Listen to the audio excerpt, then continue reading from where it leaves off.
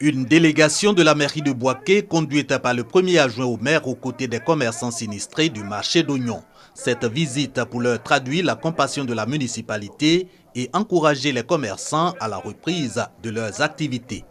La mairie de Boaké, avec à sa tête Dubo Nicolas, compatit à leur douleur. Parce que l'homme est fait pour travailler. Sans lieu de travail, vous perdez votre dignité.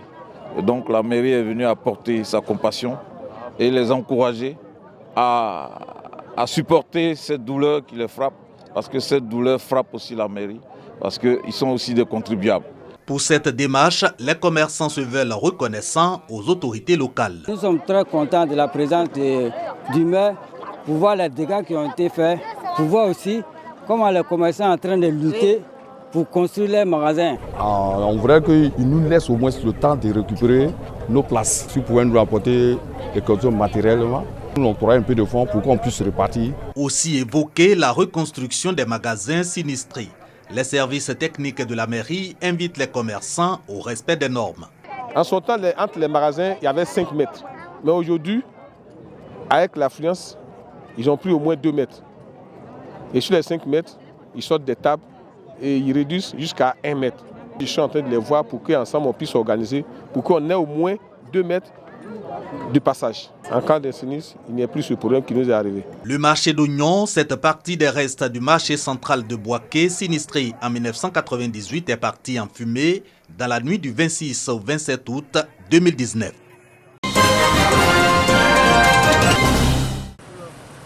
Après Korogo en 2017 et San Pedro en 2018, c'est la ville de Mans, chef-lieu de la région du Tonkpi, qui accueillera la 3e édition des Journées nationales des chefs d'entreprise JNCE.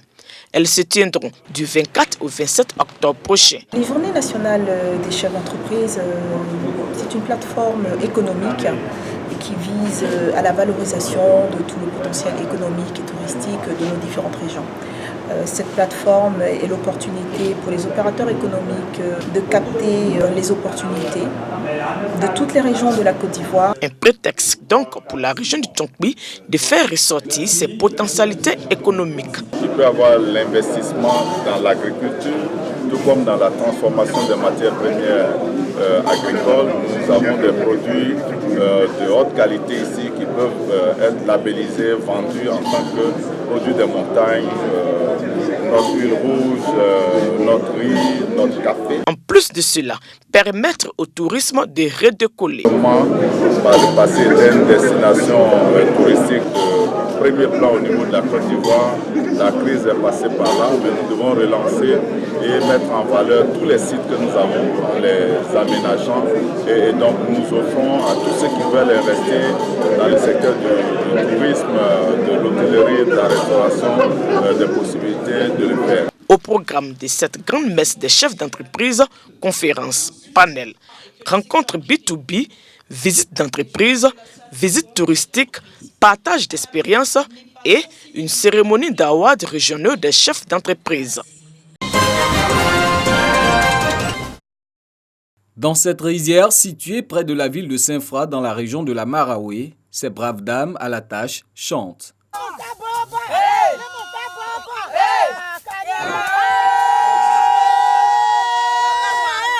Pour ces rizicultrices, c'est l'heure de la récolte. Elles sont fières de moissonner le nouveau riz local, appelé le sahandré en langue gouro. Ici, on produit 16 variétés. Mais nous, on a décidé de faire le sahandré.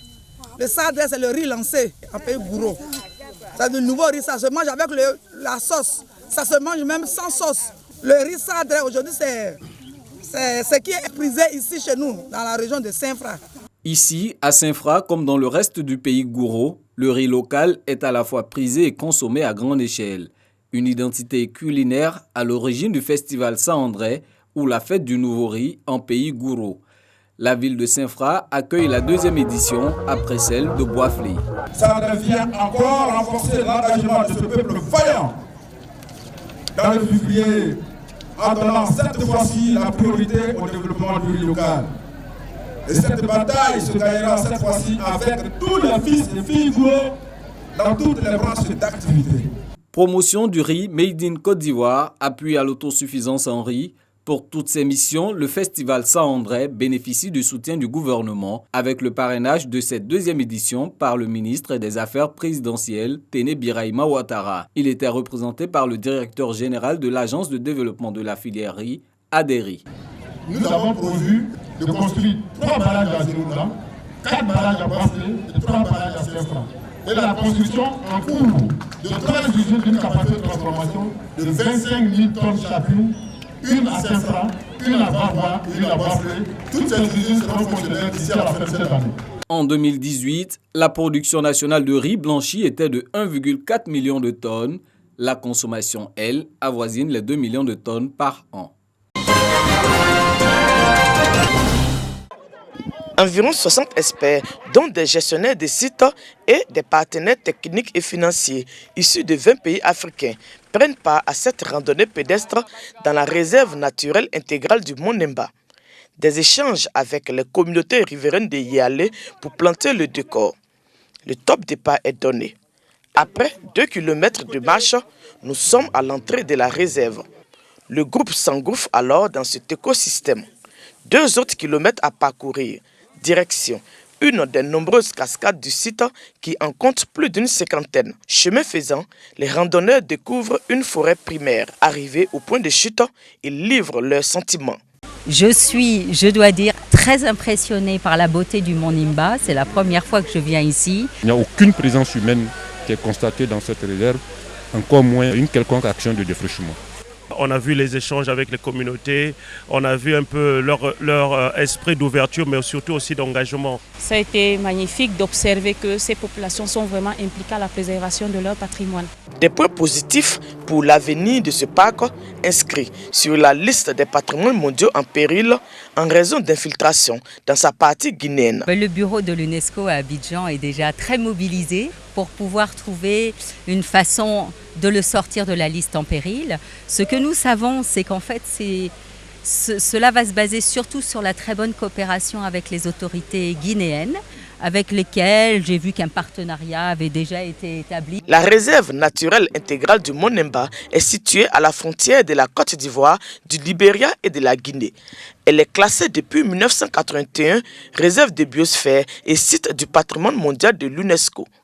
Notons que cette randonnée a pris fin par une visite à la porcherie de Yéalé, dont de l'OIPR et de ses partenaires.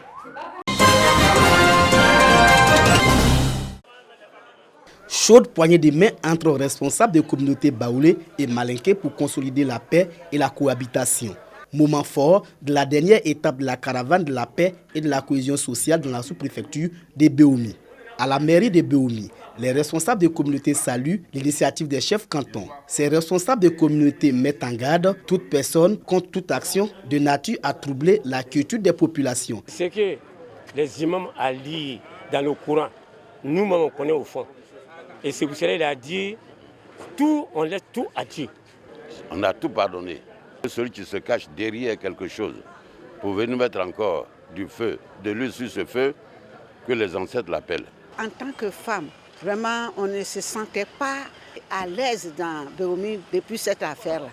Et vraiment, je remercie le président qui a toujours ses bonnes prises d'initiative. Durant 3 jours, les responsables des 98 villages de la sous-préfecture de Béoumi se sont exprimés sur les facteurs de division et de violence mis en lumière. Le président régional de la Chambre des rois et chef traditionnel de Côte d'Ivoire, Nana Ongoran Kofi II, a appelé les populations à sortir des divisions. Cependant, il invite les chefs traditionnels du canton Godet et guides religieux de la sous-préfecture de Béoumi à promouvoir le dialogue, la cohésion sociale au profit des populations.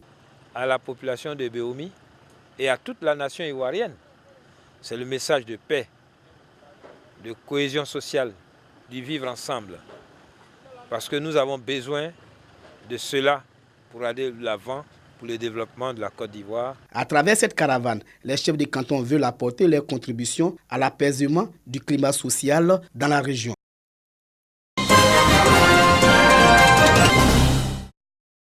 La 3e édition du festival Nawa en Fête a été lancée à Logbazoa, localité située à 12 km de Bio, dans la région de la Nawa au sud-ouest. Selon Yara Richard, représentant le président du conseil régional de la Nawa, Alain Richard Donvailly, ce festival a pour objectif de sceller l'union des fils et filles de la région. Une semaine durant, les jeunes des zones rurales auront droit à des ateliers découvertes, à des contes, des sketchs et projections de films. Yara Richard indique qu'à travers ce festival, le conseil régional entend affirmer les valeurs d'unité et de cohésion sociale afin de susciter la joie et l'émerveillement des tout-petits de la région.